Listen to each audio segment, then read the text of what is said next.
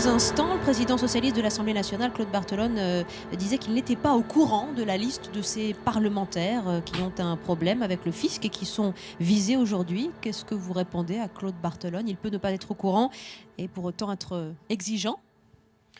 Je ne veux pas lui faire de procès d'intention. Moi-même, je n'étais pas au courant. Le président de l'Assemblée nationale, visiblement non plus. C'est assez consternant. Après, il faut regarder de près, hein. Aujourd'hui, on n'a pas de nom.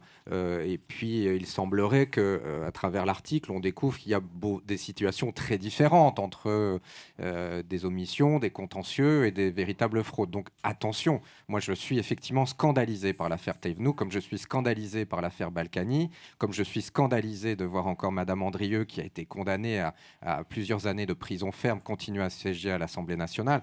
Par contre, attention, ne tombons pas non plus dans un amalgame qui serait assez délétère. Évidemment, ce qui vous indigne, c'est que Patrick Balkany, c'est une arlésienne, un secret de polichinelle, Ah oui, on en parle depuis 20 ans, c'est ça le problème? Et on ne fait rien? Oui, à peu près. Ça fait 20 ans que ce monsieur se pavane dans l'hémicycle de l'Assemblée nationale, qu'il accumule les condamnations, les mises en examen.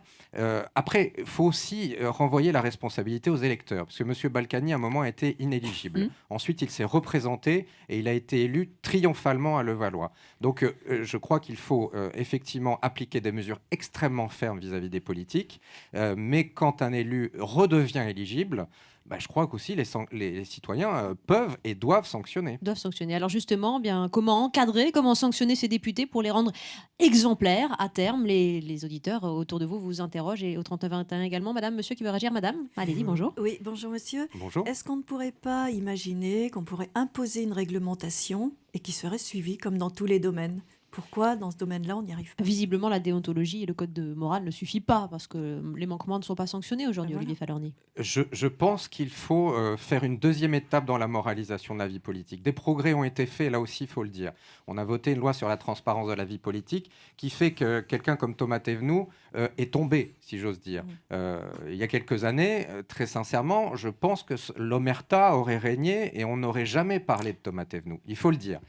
Par contre, je pense que la législation a bien travaillé pour tout ce qui est en aval, c'est-à-dire qu'on découvre les situations après. Maintenant, la deuxième étape, à mon avis, c'est de travailler en amont.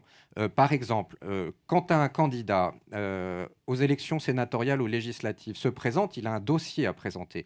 On lui demande de s'assurer, enfin de dire à la préfecture qu'il n'a pas été condamné, qu'il n'a pas de casier judiciaire. Eh bien, je pense qu'il faut donner une attestation fiscale, un quitus fiscal qui permettrait au candidat d'être éligible. Et en cours de mandat, même chose, un quitus fiscal qui permettrait de s'assurer qu'il est en règle avec le fisc.